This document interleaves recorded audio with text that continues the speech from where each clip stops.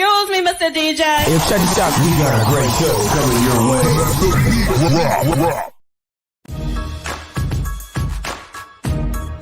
From the ECSI Sports Studios, it's the Midday Market Report with Jeff Dawson.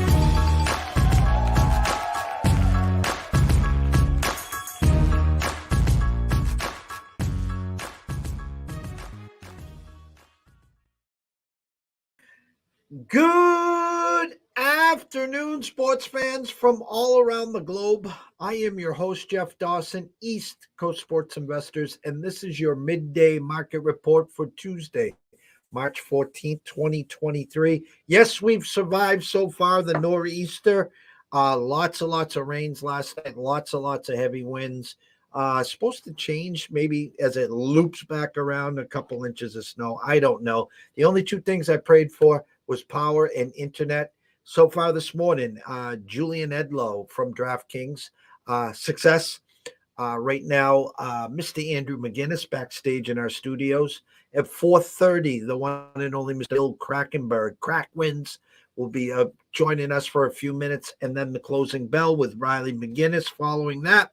And then around 7 o'clock, myself and Scotty Webb gets everyone caught up in the World Baseball Classic and some MLB news. But, you know, as the NHL season is getting closer to an end and the playoffs are ramping up, I suggested to Andrew, maybe we could sneak in two shows, a little shorter segments, but talk on Tuesdays and talk on Thursdays. He loved it. And then before you know it, CFL's going to be coming, which I know he loves even more. So we got a lot of stuff brewing here. As someone gets a lot closer to vacation, and his name is not Jeff Dawson, but let's bring him in anyways. Our good friend and colleague, the one and only Mr. Andrew McInnis. Good afternoon. Good afternoon, sir. How are you?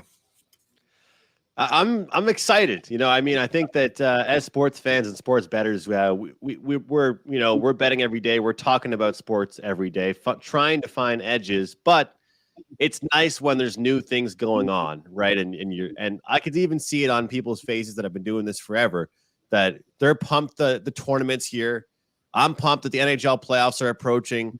I'm starting to take the NBA a little bit more serious now that the playoffs are coming for that as well. That league, I don't really touch that league, Jeff, until about March or April every year.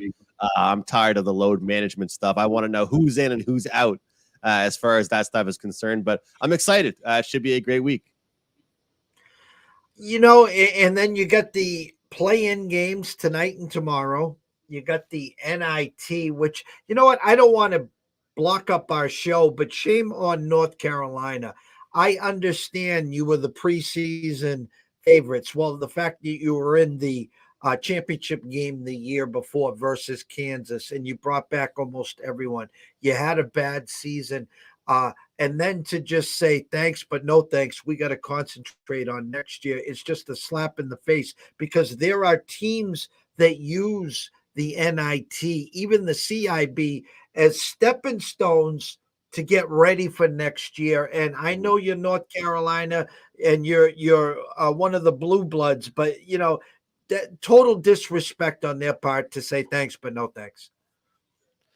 You know, Jeff, I find that it's every year we see things like this where people are kind of shocked by certain situations, but sometimes something like this, it almost makes you wonder who's picking this, like who's deciding some of this stuff. Selection Sunday, when you looked at it overall, how many times did your jaw drop? Or were some certain seeds and stuff like that? Were you surprised by many things? Were you surprised by certain teams that squeaked in, or was it kind of what you expected? Because when I look at this, like when I look at the NIT, I'm always trying to find pissed off teams, right? Like I'm trying to find teams that are mad and angry, and teams that, but also there's also the teams that are disappointed. So I feel like you have to find that good mix of disappointed versus, you know, motivated and different things like that. Like, and I think you find that in the NIT. And let's be honest here. We talk about the public and the degens. Well, guess what? They don't like betting the NIT. They like betting the big dance. And which tournament do you think has sharper lines? I think we both know the answer to that one. but not nearly as many people are going to be hunting out winners and team totals and stuff like that with the NIT tournament. So I'm pretty much spending my time trying to figure out which teams are motivated, which teams want to win this tournament, and which teams are probably disappointed they aren't playing in the other tournament.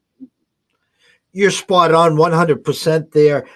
That's the hardest part of initially trying to dive into the NIT is who's motivated and who's not. And you usually can find out in the first and second game. Then you start to see the teams that are really hungry. The stories start getting out. The coaches start talking about it. Hey, our goal very simply is to get to Madison Square Garden. Listen, if you've never been to the Mecca for a basketball game, it is just absolutely amazing. I've been to the Big East tournament. I was within a whisker of driving up Friday. I'm glad I didn't for the Marquette-UConn game. But it's just electric, and they call it the Mecca for a reason. And so I think you're 100% spot on. Looking who's motivated, who's not, who's pissed off. When I circle back to your initial question, two things surprised me. Well, the two big things that surprised me in Selection Sunday, I thought Xavier as a number 3 seed. I mean, what are you smoking? Hey, Big East, hats off, great job. You're not a number 3 seed, first of all. Okay. I was going to say the exact same team, the exact same thing. I'm with you on that one. And second of all, Arizona State, no way. No way I don't care. A 3-quarter court shot against Arizona. Hey, you know what? I know they're a Jekyll Hyde team. They've beaten some big teams, but listen, they could get in there and then they could win the first 2 games and shock the world, or they could lose by 30. Listen, Clemson and there was another team I thought more, Rutgers. I would have put Clemson or Rutgers in a heartbeat before I put Arizona State in. How do you feel about Alabama? I hear a lot about them. Everyone talks about them. There was a lot of stuff, surrounding their program this year for different reasons, but they're a team that obviously has talent.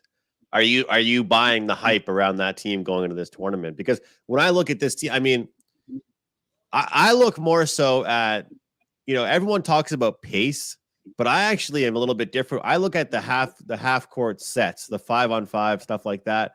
You can be a good fast break team, but when someone is shutting you down to a 5-on-5 man-to-man stuff, you have to be able to run plays. And that team is really, really fast. They love to shoot the 3 ball. They love to get on the fast break, but they might run into trouble when they play a really solid defensive team deeper in the tournament. Well, go back to November. They faced UConn, and UConn beat them by 13 after beating Oregon by 30. And a team that can play defense, that can get in your face. And if Alabama is not hitting the 3, and they got to play, the St. Mary's of the world, the Virginias of the world, the UConns of the world, the teams that can slow it down and play solid defense. Houston, they will give Alabama fits. Now, I was thinking the Brandon Miller incident was really going to throw a fork into them. There was a couple games it did. They got through. They won the SEC. It seems like it's behind them. They're going to be a tough out, but someone's going to be there toe-to-toe with them playing great defense, because you can't go in there and roll out the ball against Alabama and say, okay, first 1 to 85 wins, because you're going to lose. And so I'm waiting for that. Usually one game for the champion, the Final Four teams. Look back way back to the UCLA team with the O'Bannon brothers. Edney had to go coast to coast to lay it up and in at the buzzer to eventually get to the Final Four to cut the nets down. There's always that one, not to be caught, defining moment that propels some of these teams.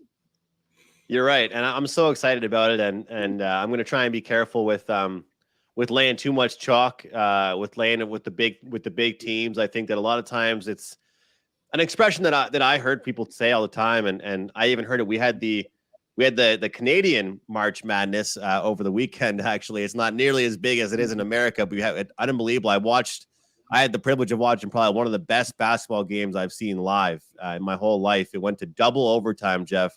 There was a 3-pointer to send it to overtime, and a 3-pointer from the other team to send it to double overtime. It was great to watch. And one thing I learned about just even watching that over the weekend that kind of I think could help me going into my handicapping with the NCAA tournament was it's just about moving on, not about covering the number. These teams couldn't care less about our point spreads. They want to win. I mean, I'm sure they'd love to blow their opponents out, but the fact of the matter is they're not going to be upset anymore by anything but a loss will not frustrate a team. You might see a coach at the end of a game saying, we didn't play how I'd like for us to play. If a 1 seed is a 16-point favorite and they only win by 5, that, the coach might not be happy, but my point is a win here, and you win and move on. You live to fight another day, which is the deal here, in my opinion, with these tournaments. So I'm not telling everybody to just go out there and bet the dogs, but I'm telling you to be careful about just thinking that all these big favorites are going to blow out all their opponents. They're going to probably win their games. Doesn't mean they're going to cover the point spread. And I think, Jeff, we've all learned that lesson at some point with the March Madness tournament, but these number 1 seeds and 2 seeds, 3 seeds, they're going to be laying some big point spreads, and they might win those games, but that doesn't mean they're going to cover. And I've gotten so many people crawling out of the woodwork asking me about their brackets, their office pools. Yeah, it's maddening. And what I say to them, and I'll say to everyone watching and listening, there's a lot of coin flips in the first round. There's 1, 2, 3-point spreads. They're coin flips. Mm-hmm. If you get into those coin flip games and you're flipping coins, you don't have a solid read on it, don't have that winner win in the second round game either. And so, in other words, we always say in our lanes, Andrew, don't chase good money into bad money. So that chase game. So Maryland, West Virginia. Okay, perfect example is a coin flip game. Now I think West Virginia is 2.5. Okay, another one. So in other words, if you think you got the winner of that game and you're solid and you think they can win the second round, God bless you. But if you're unsure and you're going like this, don't have them win in the second round either. Yes. Don't fall in love with a team that's made you money, right? Like that's pretty much it. Like if you hit a big bet on a team in the first round, but they still look like trash, they don't count on them to do it again for you in the second round. I agree with you. I agree. What about totals, Jeff? You've been an unbelievable totals guy. I've been following along with your plays. I appreciate it. I want to ask you about totals. I know you do mostly full games, but for me, I'll say this. Team totals will be a big part of my handicapping with this, because what I like about team totals, and I'm sure you feel the same way, is that you take the point spread out of the picture. You could have an extremely high-scoring game. If you're on a dog, but you're on their team total, they might hit their team total and still not cover the point spread. And I like that quite a bit, to be able to predict, okay, this one's going to be a high-scoring game, or same goes for a favorite. They might be involved in a high-scoring game. They might cover their team total. They might not cover the spread. Do you change any of your strategy from what I know you to be come this tournament, or is it just another day at the office for you? I'm glad you brought it up, because we've added a couple sources this year, and we were real successful. And now that's the $1 million question. I don't know how the spreadsheet with the opening numbers to the actual overnight numbers are going to correlate. Now, don't forget, all these games now are on neutral sites. So you don't have a home, you don't have an away team. You got these not, in the Final Four, you got the big arena. Then they talk about, depth and deception. And, usually what correlates in these tournament games are underdogs and unders.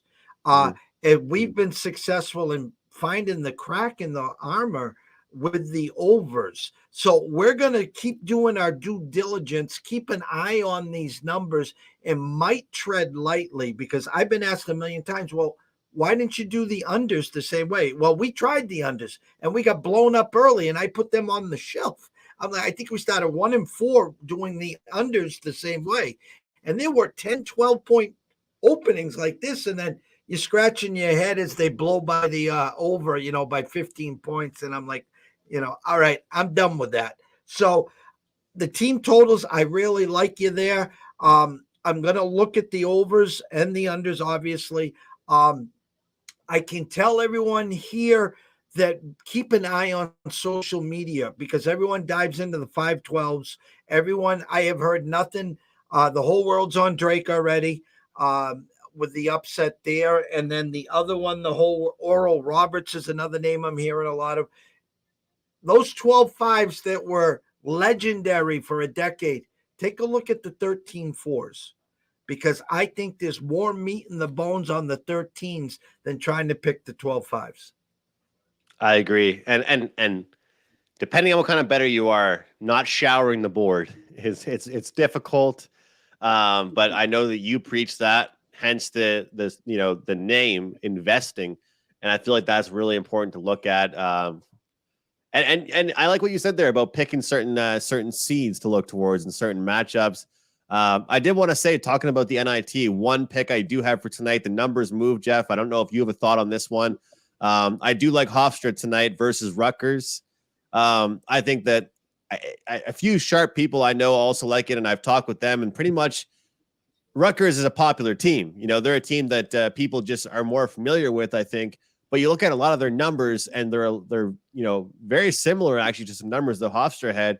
And you have a team coming in here that's playing very well right now. I mean, 8-2 ATS last 10 games, 9-1 straight up. A team that should be feeling pretty good about themselves. Number has gone from 7.5 now to plus 6.5. I think that number is justified.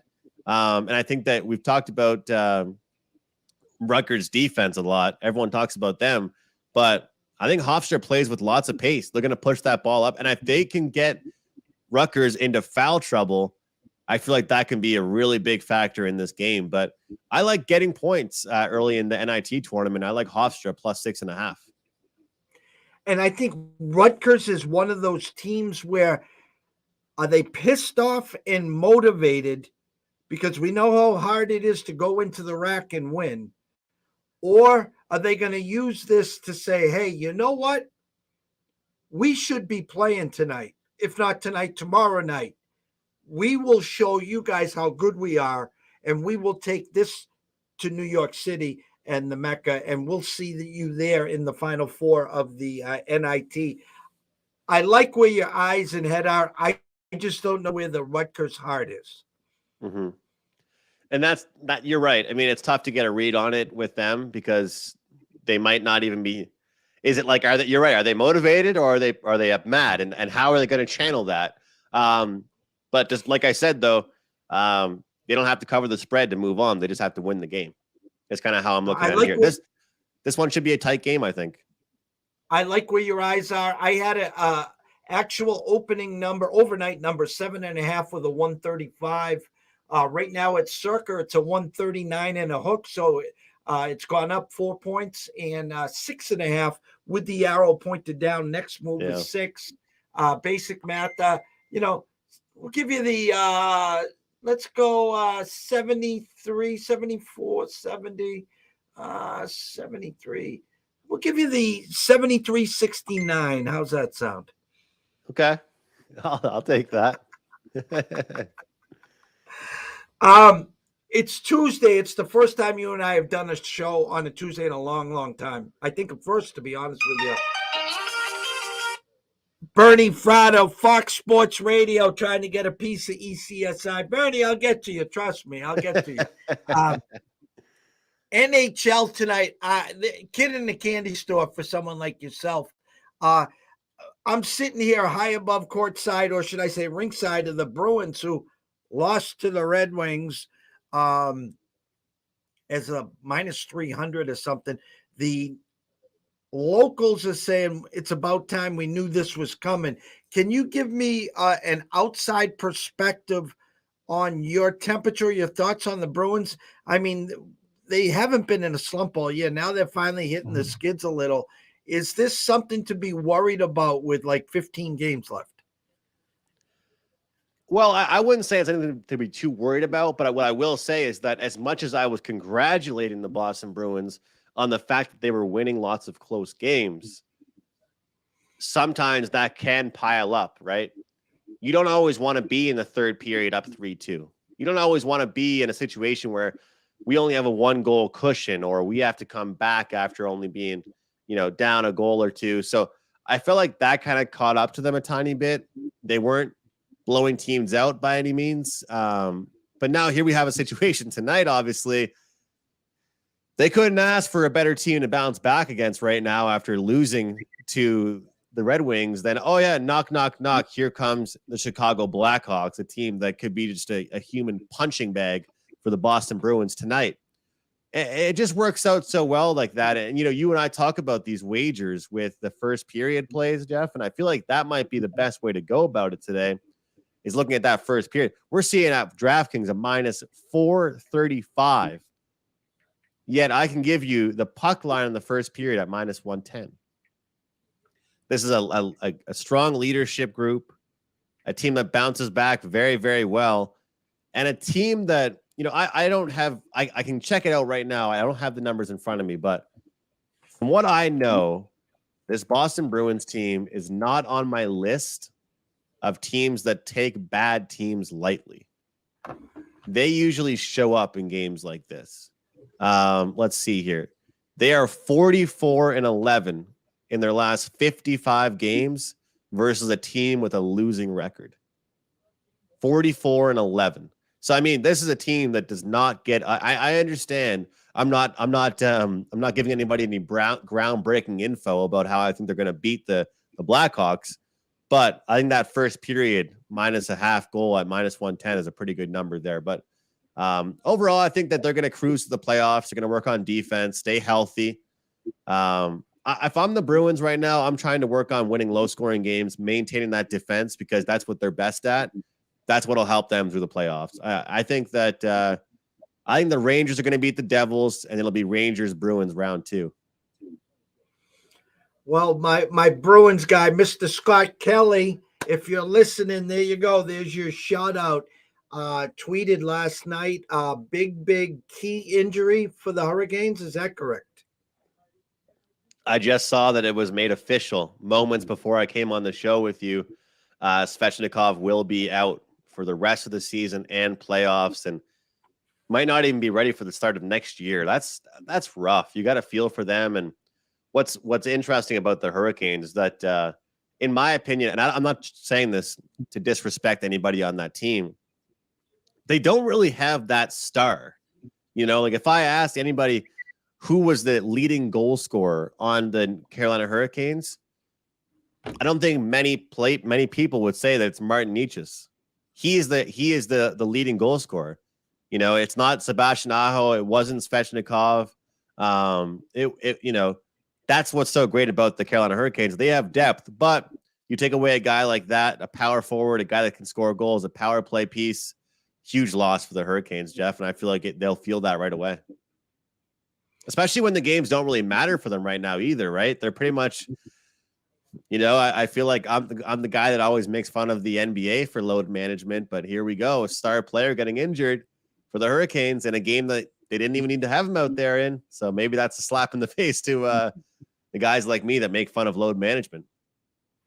Well, circling back to the Bruins and the Blackhawks on Wager Talk, live odds company that you're with and work with, provide an amazing free sheet. So go use it.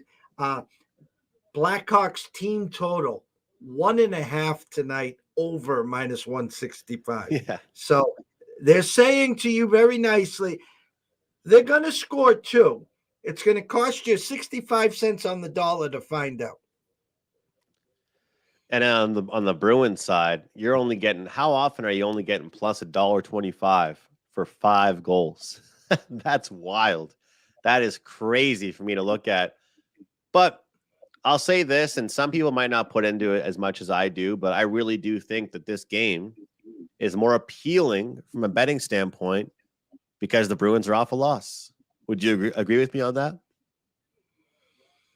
Yeah, I would. Like if they're off a back-to-back, if they beat Detroit 6-1, I know that I'm saying they're a leadership group over there, but teams like that don't get that bad taste out of their mouth until they go and kick some ass the next game. I see it with Tampa Bay all the time. Tampa is struggling right now. They're playing some of their worst hockey. We can get to them. But some good teams like that, they bounce. And isn't it funny how it works in the schedule? I mean, it just seems like that happens all the time. A team that loses really, in a down spot, it's not like their next game was against an elite opponent. Here come the Blackhawks. And, we got to look at this really quick, Jeff, because this is just something that we have to go over here. I mean, it's getting ridiculous here. Lucas Reichel, Philip Kurashev, and Andreas Athanasiou. That is the top line for the Chicago Blackhawks. I don't think that would be the fourth line on the Maple Leafs, honestly. I mean, maybe the third line. That is not good. I mean, I don't know what to say. I mean, Tyler Johnson, Jason Dickinson, and Taylor Radish are the second line players for the Blackhawks. Your casual NHL fans can't name more than two players on this Blackhawks team anymore. Now that Patrick Kane's gone, and you know what's even crazier is that Max Domi is looking like a stud over there for Dallas, the team that I gave out, and I said is a pretty good long shot pick to win the cup.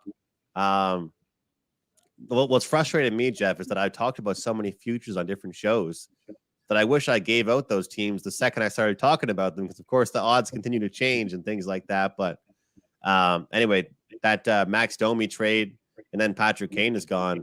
The roster looks really, really rough right now for the Blackhawks. So. And how about that Seth Jones contract? I mean, what's worse, him or Erik Karlsson? At least Karlsson's up for the Norris this year. I'm guaranteeing the Blackhawks are looking at all their payrolls and they're thinking, man, do we want that guy being our highest paid player right now? I'm not so sure they do. Do they have any chance of sneaking in to steal Bedard, or is that out of the question? Oh, I think they can. I'm not into conspiracies, Jeff, but I feel like the league would love for him to go to Arizona.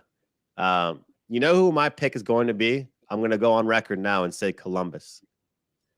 And then they're going to have Patrick Laine. They're going to have Johnny Hockey. And all of a sudden, everyone that trashed on Johnny Hockey is going to be pumped, by looking at what happened. Imagine Johnny Gaudreau and Bedard playing together and Patrick Laine on a power play. All of a sudden, that team is pretty serious again. So I'm going to go on record for now and say Columbus is my pick for the Bedard sweepstakes.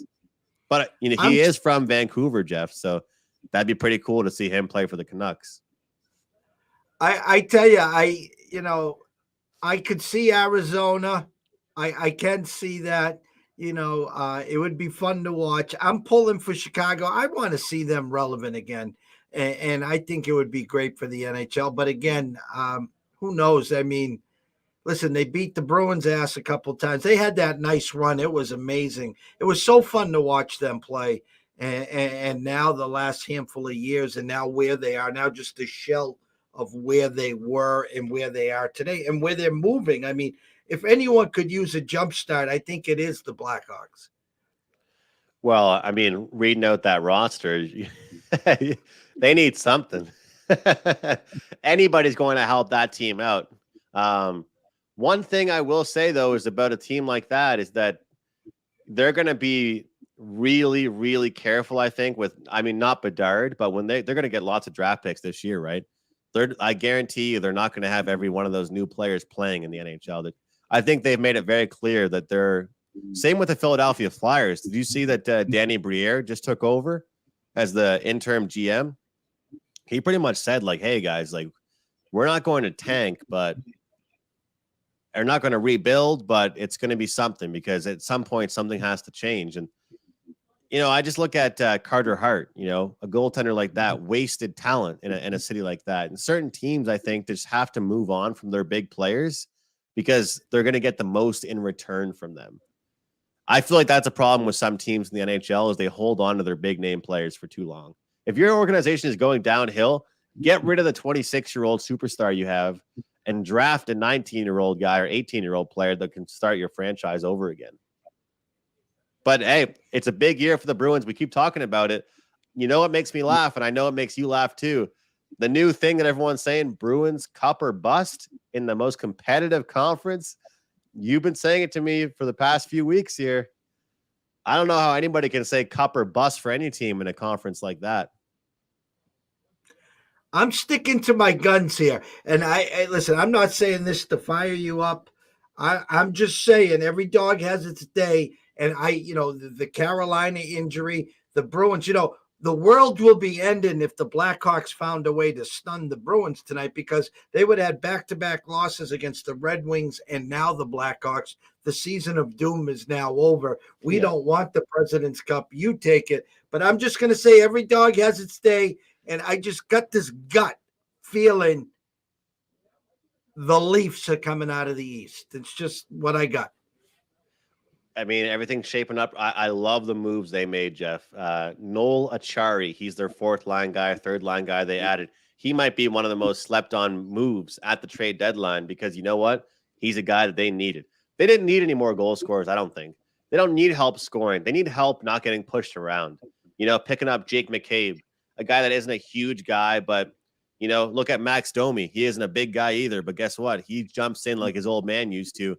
I have to tip my hat for what Kyle Dubas did, and he was aggressive at the deadline.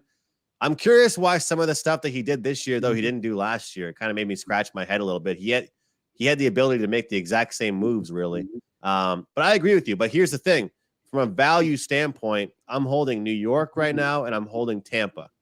I was thinking about you on the weekend, though, because I didn't do what you usually do, and I think there's still time for me to do it. But with my Cup futures, I haven't been betting the conferences as well, which is something that you said that you do quite a bit. I got to do that. But I just think that, like you said, there's the Leafs and Lightning. But right now, the Lightning, I think they're 2-7 their last 9 games. They have not looked very strong. They're not playing great hockey. The Rangers made all kinds of moves, but nobody thinks they have chemistry.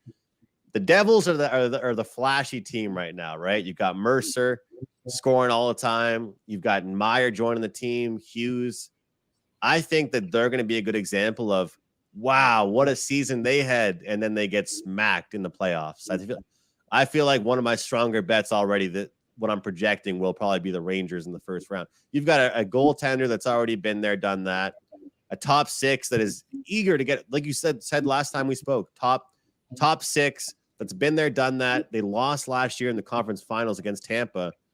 I don't see the Devils just stepping in. And so my whole point here is I think the Rangers can get by first round. And I feel like I got 13 or 14 to 1 with the Lightning, who have been in the Cup 3 straight years. So I like the Maple Leafs. Like there, I get what you're saying. From a value standpoint, I just had to see some, I had to take a position on the Lightning, because I think that no matter, compared to every other sport, let's be honest, it's about playoff experience.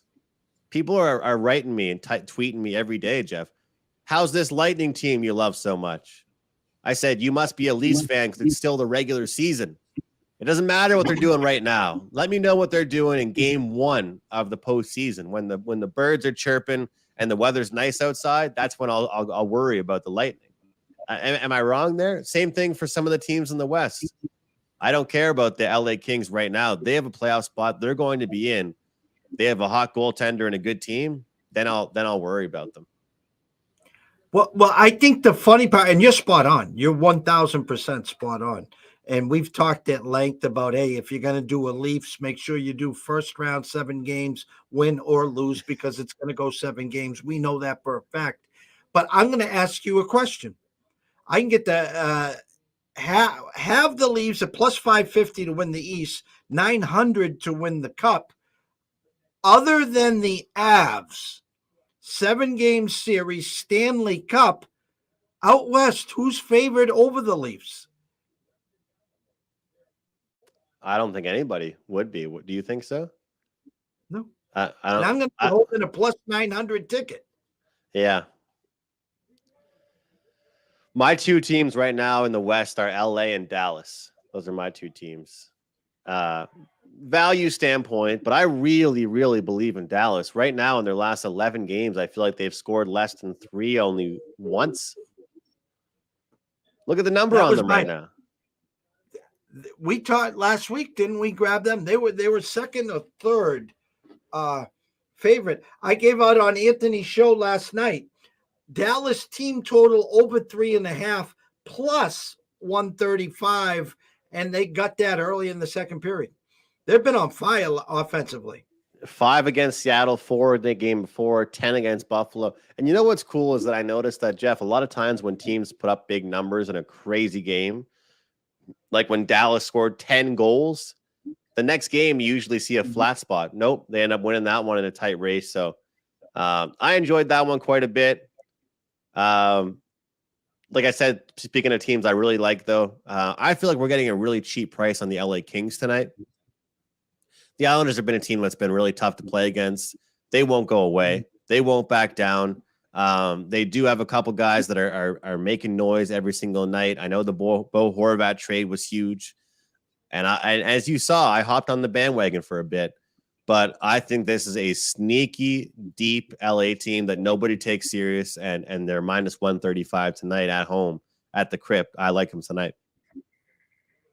I was looking at them myself. The team total under 3.5 minus 170. So Vegas saying they're not going to get to 4, but you could get them at plus 150 if you were feeling froggy there. Islander team total 2.5 over minus 140. So Vegas giving you a little carrot to say, come get them. They're going to get 3, but you're going to spend 40 cents tax there. I wanted to give you a number quickly. Dallas plus 515 to win the Western Conference, and to win the Cup, Dallas is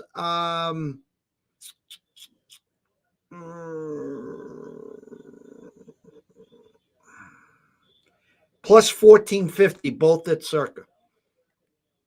That's just a really good number. Oh, it is. Really, really good number there. Big slate, Andrew. Your Habs at Pittsburgh. Pittsburgh, 3-1 favorite. 370 at circa. Caps and Rangers, one of the headliners. Rangers struggling a little right now. In come the Caps. It don't matter which way I play the Caps. I can't play them. Lightning at New Jersey. Correct me if I'm wrong. Didn't these guys play last week in New Jersey? Won in Tampa, or was I wrong there? 4-0, I think. I think so. Yeah, I'm happy you brought that game up because that's a game that I had a big circle around as to the everybody lining up, going to the window and looking to grab them and thinking that we're getting a cheap price. I know that there's the old fashioned handicapping saying, ride the hot, fade the cold, don't think about it. But I'm not trying to make myself sound like a Tampa Bay Lightning fan. Okay. They have not played well recently, but in spots like this, in the quote unquote revenge games, when they've only won 2 or 3 games in their last 10, I get it. But as you would say to me, Jeff, doesn't this number tell you something that we're seeing right now? I mean, when you look at a Devils team that I think has gotten all the credit in the world this year, after about December, the odds makers made their adjustments. We've got a team in Tampa that's won 3 games their last 10, a Devils team that's lost 3 times in their last 10, yet they're only 130, 135. Something to me seems off about that. I'm tempted to take a look at Tampa tonight. I really am. I think we might see a good effort out of Tampa. I feel we're going to see a low event game from them, managing the puck well on their own end. I think something like 4-2 is on board tonight for the Tampa Bay Lightning. I think it might shock some people looking at that. This is a spot where you look at the games that New Jersey has played recently. They have purely dominated. 3-0 Carolina, 3-1 Montreal. And I think that, even looking at the games against Washington, Toronto, they lost that one against Toronto, but they still battle in it. They've just been proving themselves to everybody. I feel like they're going to be running thin. So I actually like Tampa as a dog in this one. I feel like they could get it done against the Devils in a spot that it seems to me like everybody's lining up to take on this Devils team. So that's where I'll go in that one. As far as the Canadians go, look, they were a team that I was looking to fade the crap out of yesterday, but I didn't love the juice on really anything I was looking at. Puck line didn't like the price. Team total didn't like the price. And whatever you would have played on Colorado, you would have made some money. 8-4, that one finishes. That one wasn't very solid.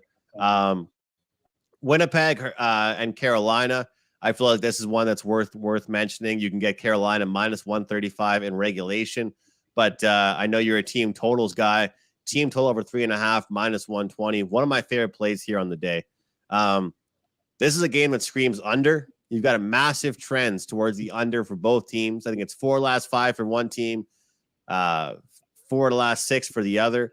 But what do we always see in every sport? Key player goes down, the team steps up. Key player goes down, the NBA team covers the point spread. Svechnikov goes down, and this team wants to prove who they are, that they're the real deal. And you look at really what they've done on a season at a large scale. They don't give up that many chances. They don't give up that many high danger chances in their own end. And Winnipeg doesn't win games unless it's a 2-1 game. And what I always say is the better team dictates the pace, and Carolina is the better of these two defensive teams. So I like the team total over, but I also like that regulation on the minus 130 for Carolina tonight. You're talking my language. I'm going to just bring up one last game before we wrap it up. I think the bust of the year, and again, I am not Peter Puck. I don't consider myself to be the expert. That's where you come in. Is the Calgary Flames, in my eyes. I mean, this was a team last year that was, I think, number 3 or 4 on the circa board to win it all. They came in, the whole world was backing them, just nowhere to be found. Every couple weeks, myself and a million others, oh, here they come. They haven't come yet. Minus 230 at an Arizona, and they're 3.5 team total over minus 145. Vegas to say, if that was under, I would have said, okay, I'm taking the plus money on Calgary to get to 4 or better today. Vegas don't care. They just price it because they know there's clowns out there that keep backing this team. I hope I'm not a clown, because here's the thing. I get it, and you're right. The price is not right on this game. No. But I backed them against Arizona, and I know they've been losing games against losing teams, winning teams, everybody. But sometimes you can't ignore something like this. They've won 9 straight games against the Coyotes. The last time out, they fell down 2-1. They won it 6-3. 3 games ago, they beat the Coyotes 9-1. It seems like I talk about frustration with teams, how Boston's going to kick the blank out of the Hawks tonight. I feel like it's the similar situation here for the Flames. But here's the story. The over also could be a story as well to look at, something to talk about. Arizona plays well at Mullet Arena. They play well on the road, too, against teams like Calgary that give up goals. What happened to Calgary being a shutdown team? That's my question. I'm not even asking about their goal scoring anymore. What happened to their defense is really my biggest problem with it. But I don't know. Honestly, Jeff, at minus 135-ish, we did see a number there for regulation on the Flames. But like you said, they've been burning money for their backers. It's something that I think is not something that you want to run to the window to place. But I did wager on them tonight because I feel like they're not winning meaningful games anymore. They're just winning games like this. Do I want to back them against a good team? No. Do I want to back them in a must-win game? No. But this is a game I feel like they'll show up in, and they'll probably lose their next 3 after this. You know what I mean? Like, they might be the team to beat the Coyotes, look really good tonight, and then suck again tomorrow. How about my guys from BU, Zegras or any of those guys? You got any props? I haven't looked too much at the props tonight. Hold on. There was one that I had. It wasn't in that game, but hold on. I had it written down here. Oh, yeah. Here's my guy. This is my favorite guy to bet right now from the Calgary Flames. And what's good is you're actually getting a pretty good number here on this one. Mikael Backlund, over 3.5 shots on goal from Calgary, minus 125. He's hit this number in 8 of his last 10 games. It was 2.5 for a long time, and they started going up and up and up with the price. And I said, come on, just give me a 3.5 at a plus price. They gave me a 3.5 at a plus price, and that didn't last very long. Now it's 3.5 at a minus at minus 130. I'll continue to back that. Arizona, you know how many shots they give up per game, Jeff. It's not good. So I think the best prop of the night, if we were making some prop lineups together, he'd be in there with my lineup tonight, over 3.5, Mikael Backlund. Well, hopefully sooner than later, wink, wink, we will be putting some of these together. The crawler's been going the whole time. We can't thank you enough for coming in. Obviously, on Tuesday, we're going to circle back on Thursday at 3. Go follow Andrew at McInnis Picks at Wager Talk at Sports Mayflower. Go over to YouTube. Subscribe to Mayflower Sports. It's free. Tell them what they can get and where to find your information and all your great picks and packages. Yeah, we've got a full March Madness package going right now, so I always recommend it's just way better to jump on board for the full thing versus just the one play at a time. And also, as you mentioned, you get the alerts to your phone, you get the alerts to your email, just the same thing that you send to me with your plays. And I feel like that's the best way to go. That way, clients aren't checking an hour before the game to see if they have a pick. They already know what they're getting. UFC, it's another massive card coming up this weekend. Coming off another winning weekend last week, it was a lot lower volume. I feel like that's worked for me more. So the 4% plays are going well. And on the ice tonight, looking for my 5th straight 4% winner. So I do have 2 of those loaded, actually. So I guess hopefully it'll be 6 in a row. But looking forward to tonight. It's a big NHL slate. I'm trying not to get too involved, as the low volume ultimately has always been better to me. And the props, the props are going. So. But watch out for that one. Anybody out there watching, Mikhail Backlund, hopefully the ECSI customers and viewers can cash that ticket tonight. The one and only Andrew McInnis. Please, please, please go and follow him at McInnis Picks at Wager Talk.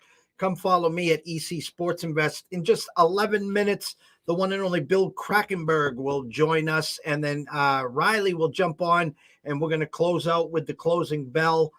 Get everyone caught up to speed on tonight's games, some NIT, the play-in games, some NHL, a little NBA, and then at 7 o'clock, myself and Scotty will close the night out with some WBC and MLB. So for myself, Jeff Dawson at EC Sports Invest, the one, the only, Mr. Andrew McInnis at McInnis Picks, we wish everyone a blessed day, and we'll see you soon.